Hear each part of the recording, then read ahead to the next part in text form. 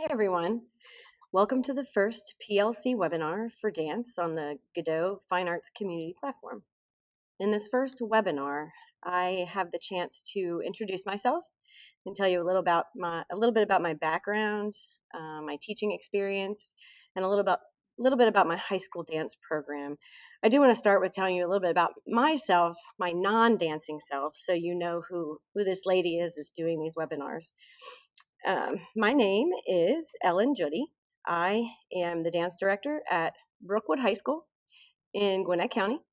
And I'm also the lead teacher for dance in the county. We have 20 programs in Gwinnett, so I support the teachers that run those programs. I'm also a retired professional contemporary dancer. I've been in Atlanta since 1995. I moved here to Georgia after graduating from the University of the Arts in Philadelphia with a BFA in modern dance. So modern dance is my specialty, Horton and Graham mostly. I did grow up in a very small town in Lancaster, Pennsylvania. And yes, if you're wondering, that is Amish country. Um, and I have fallen in love with Georgia. And I really don't miss the cold of Pennsylvania. I went there in November this year and it snowed a foot. And I had to shovel my car out of a parking spot. So absolutely not. So I'm glad to be here in Georgia in the nice warm weather. So my life is consumed by dance, but there is a little bit more to me than that. And as you can see on this slide, I don't have kids. I do have dogs. I'm a huge dog person. One could call me the crazy dog lady because I do have 4 dogs, although that's my limit at one time, I promise. I don't have all of those. There's 2 pictures of each dog up there, so they're not all different dogs. I have 2 tan shepherd mutts. One's a foster fail. His name is Buzz. I kept his name. I'm not crazy about that one. And then Dixie is the other tan mutt. They're 9 and 10 years old, respectively. The other 2 dogs I have are retired greyhound racers. I've fallen in love with the breed. They come from a now closed track in Birmingham, Alabama. The organization I got them from picks them up at the track after they're retired, takes them to a prison, and then inmates there are trained in how to train them to become house dogs because all they know is the track and kennels. And so, people say, oh, they need all kinds of exercise and whatnot. Absolutely not. They revel in their retirement and they sleep about 22 hours a day. The newest hound does have a bit more energy than is usual, but he does his fair share of lounging. Darcy's the dark brindle one. She's 6, and then Finn is the cow, which is greyhound speak for black and white, and he's 4. So anyway, I'll talk about dogs all day long, so I will move on to some of my dancing experience. I'm retired from stage now, but I began my performing career here in Atlanta in the mid-90s with a small contemporary company. I was with them for a couple years, then I moved on to be a founding member of an all-female contemporary company, Zoetic Dance Ensemble. With Zoetic, I performed extensively and got to create dance works from the female perspective in our world. I taught classes, I sat on the board of directors, and I became the education director for the company. My time with Zoetic spanned close to 15 years, and it has really shaped who I am as a teacher, a dancer, and an artist. I'm so proud to say that the company does go on and is run by a former student of mine. So love things coming full circle like that.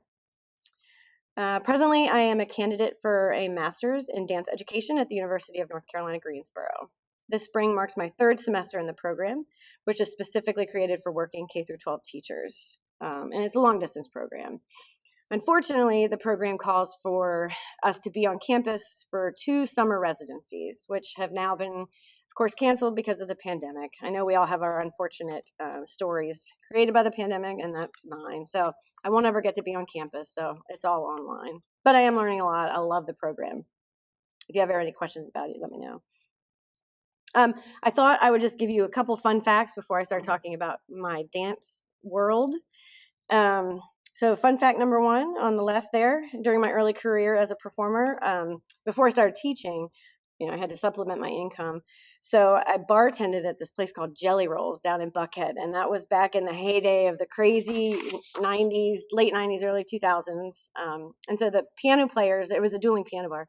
They would play certain songs and we'd have to get up on the bar and do these silly little dances.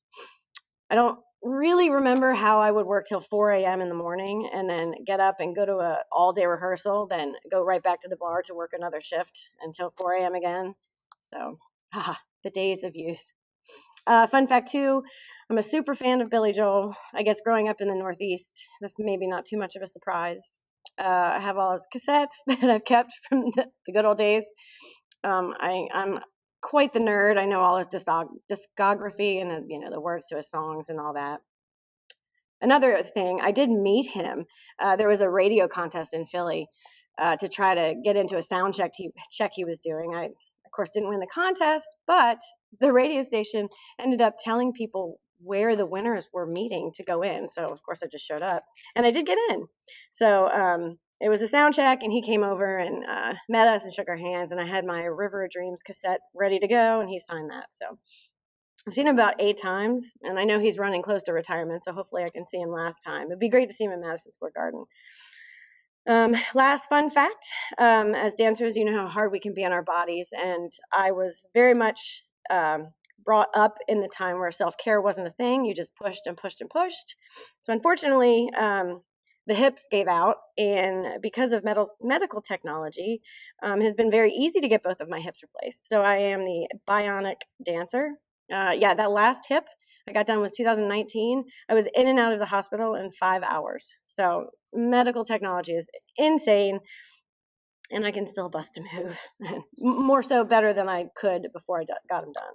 So anyway, that's a little bit about me and my non-dancing world. So I'm going to move on to my teaching experience. I really never had to make a decision about what I wanted to do with my life. I knew from the time that I was 5 and I asked my mom to take a dance class. From then on, it was a given that I would be a dancer. Teaching, on the other hand, I remember saying I would never teach. I had no desire. I wanted to perform and I wanted to create works. Even at the University of the Arts, I did the performance track rather than education track. I didn't even think about the future. I wanted to dance. So fast forward to performing with that first company I performed with here in Atlanta. The director of the company worked at a few local private dance studios. Whether she saw something in me that I did not, or I was the only person that said yes because of the extra money, I was her permanent sub. So when she couldn't do those classes at that studio, she would send me. So I didn't teach those classes. I just simply gave those kids the class that she gave us at the company. So it really wasn't teaching. I was just, reiterating her class to these kids. When this company disbanded and she moved out of state, the studio where I subbed for her, it was the Susan Chambers School of Theater Dance in Lawrenceville, offered me a job teaching jazz and modern. Evidently, the kids really enjoyed the class and they liked me. But I was still bartending at Jelly Rolls at this point, and I flatly refused. I was like, I am not a teacher. I do not want to do this. And I just didn't want to do it. So I still believed in my heart that I was not a teacher. The owner of the studio was very persistent, and she pursued me for 2 years. And so after fatigue of bartending and late nights, I finally gave in. Reluctantly a little bit. I was like, okay, I'll do it. So I took some upper level classes that year. So just the older kids. And then I ended up teaching them for 10 years. I ended up teaching classes from, ages 3 on up to adult classes. She did have to push me into a 3-year-old class for the first time, and I did that reluctantly as well. But I ended up being half decent about it, with it. I ended up working the front desk when they needed me. I ended up being the costume orderer person. She had over 500 students and 2 studios. I ended up the next couple of years being her recital assistant stage manager. So I did that. So I really, those 10 years when I really started cultivating my own teaching style and created my own classes here at the studio. I have a million notebooks that have each class and each exercise that I would teach. Even the 3-year-old creative movement classes, I would write number 1, name game. Number 2, butterfly stretches. Number 3, magic bag. Like I didn't know that, what was coming next. I still have those. As a side note, after 10 years of teaching 3-year-olds, I remember the exact class. I was getting irritated at a 3-year-old because her heels weren't together in first position. So I think that was the time I knew that it might be time to stop teaching the the 3-year-old. My performing career and teaching career overlapped for quite a long time. I was performing with Zoetic and teaching at the studio. And on top of that, I started teaching at a private K through 12 school in the west side of town called the Lovett School. And this is sort of where the K through 12 experience just began, even though it still was a private school. I was part-time and I taught 3-week rotations in the elementary school and middle school. And then I also had a very small program at the high school level. It was literally tiny. I think there were like 5 kids. But right here is where I started to begin to learn about running my own high school program. I was there for about 4 years. Next, this is just some more pictures of just my, they're mostly alumni in these pictures. During that time, I got a freelance gig choreographing at a dance in a public high school for their end of the show semester. So basically at this point, I was working 4 different jobs. I remember looking back at my calendar one day and realizing that I hadn't had a day off in something like 3 months. What did I say earlier? The days of youth. I ended up choreographing many dances over the 3 years for this dance program in the public high school. So when the director at the time decided it was time for her to move on, she asked me to take over the program, and I readily agreed. It was time to move on from the studio and do other things. So that was in 2009, and this is where I am in my current school, Brookwood High School. This is my 12th year as a dance director here, and I absolutely love it. Since I hadn't done the education track in college, they hired me on a provisional certificate for professional experience. And then that gave me 3 years to get my permanent certification. And I went through Gwinnett had an in-house program at that time. So then I got my certification in 2011. The learning curve moving from a studio setting to a large, well-established public high school dance program was very steep. There were no assessments, no written work, no observations from administration at the studio. It was so different, and my shift from teaching strictly dance technique and performance began to shift using dance as a way to reach kids and give them a well-rounded secondary education. When I took this job, I had plans to get my master's and then make my way as a college professor. However, after my first year here at Brookwood, I realized I would rather reach students through dance and help create future patrons of the arts through this program, rather than perhaps teaching kids who want to go on to the profession.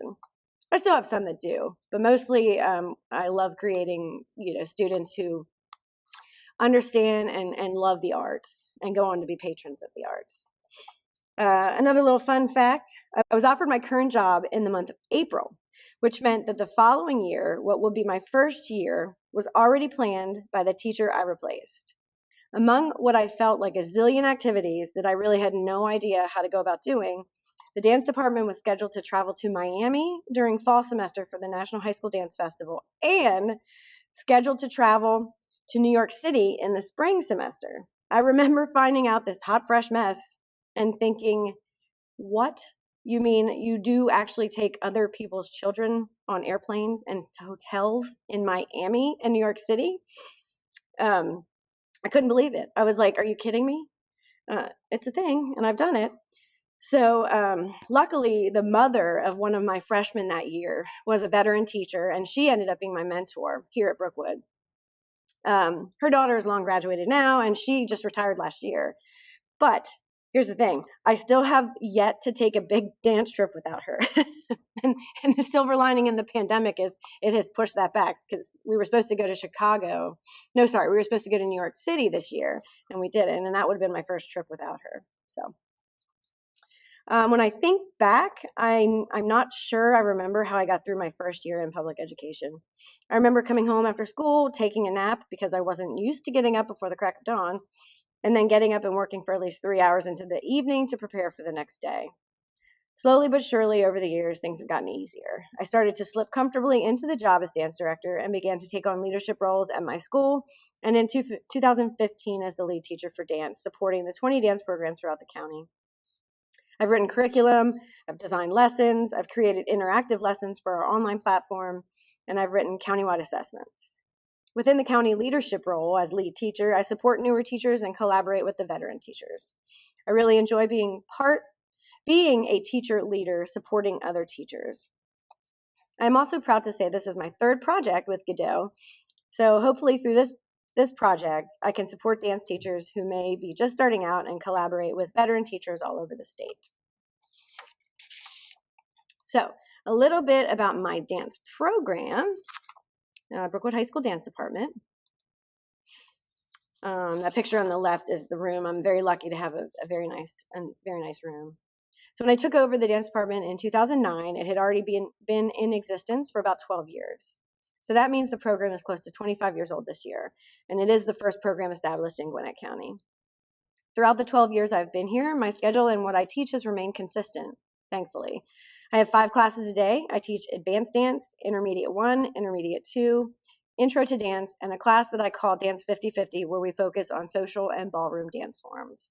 It's 50-50 because in the past it's been, 12 girls, 12 guys, and we do partner dancing. Sometimes we can get 12 guys, sometimes we can't.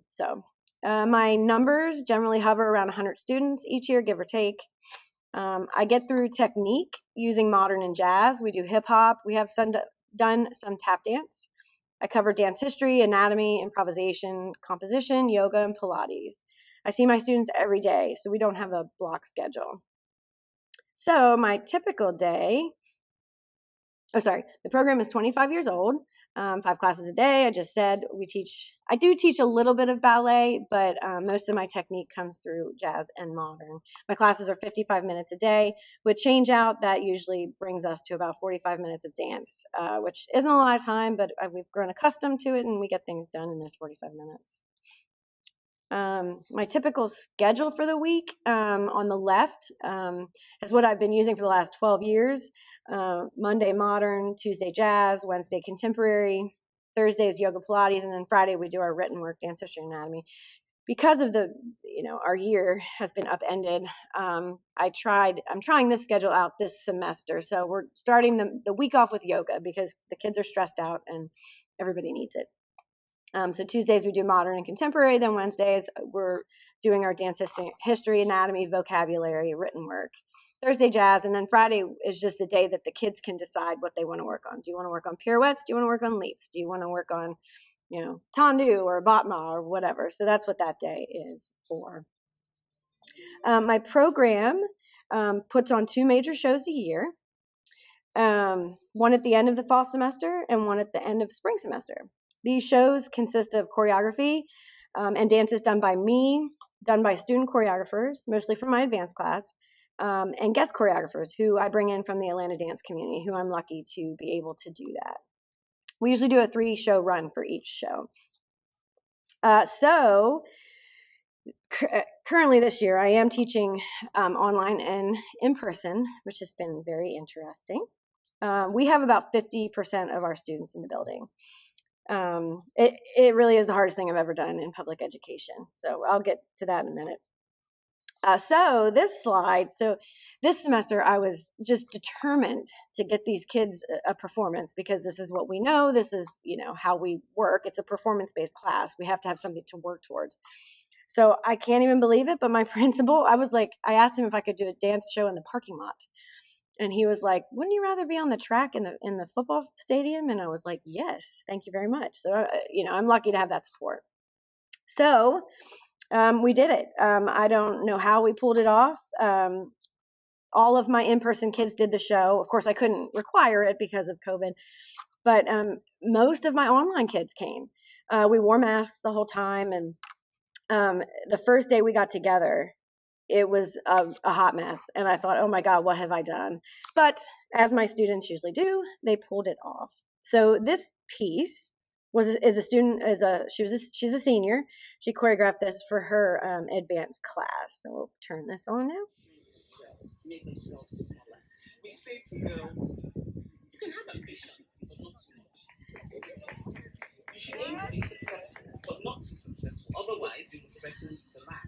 So anyway, that was fun. We ended up, making a little bit of money on the show because, obviously none of us were able to have a spring show last semester. So I was really proud of them for putting all that together. So that was the poster up there. It's called No Wings. We thought that was an appropriate title for an outside show. All right, so moving on, just a little bit more about my program. I said we have 2 major productions a year. I do have a dance council. So this is a group of senior dancers who have been in the program 2 or more years and who take on a leadership role. They help me govern the department. They make decisions about, T-shirts and dance department socials and just all kinds of things. I do have an application for it. They have to write some ideas that they have that will better the department, or just all kinds of activities. If they have ideas for activities and that kind of thing, that's the application. It's usually between 5 and 7 dancers, just depending how many girls I have applying. 7 was the most I think I've ever had. So that's dance council. I have a dance lettering program, so they can letter in my program. They have to be in a dance program for 2 full years. So if somebody transfers in and they've been in another program, I would count that. Also have to not miss show or rehearsal, and they have to volunteer at some of the dance events that we do. And they either have to take part in a dance trip or they have to do our countywide dance day here in Gwinnett. I'm a sponsor for the National Honor Society for Dance Arts, that is a part of the National Dance Education Organization. So that's a point system, and as a sponsor, you have a lot of autonomy with the points. So, they gather points by doing your shows, by doing your rehearsals, by, again, volunteering and doing things in your program. And once they get 30 points, generally when they're juniors, then you can induct them into the society. I don't have that up there, but we do a scholarship pageant here at Brookwood. And so my dance department is responsible for choreographing the opening dance number for the contestants. And they have a silly dance for the boys that escort the contestants. So we do that. That's a big part of our year. I am very lucky to have a boosters club, just like the football team, just like the basketball team. It's shared with theater and chorus. It's a group of paravolunteers that come in. We have a board of directors. They fundraise for us. They take care of ticketing. They take care of concessions. So that takes all of that off our plate, so we can concentrate on teaching the kids and creating art. So I have to say, it's very nice. Let's see. Oh, I did want to say one thing about dance team. If you are not familiar, it has become an official sport at the GHSA this year.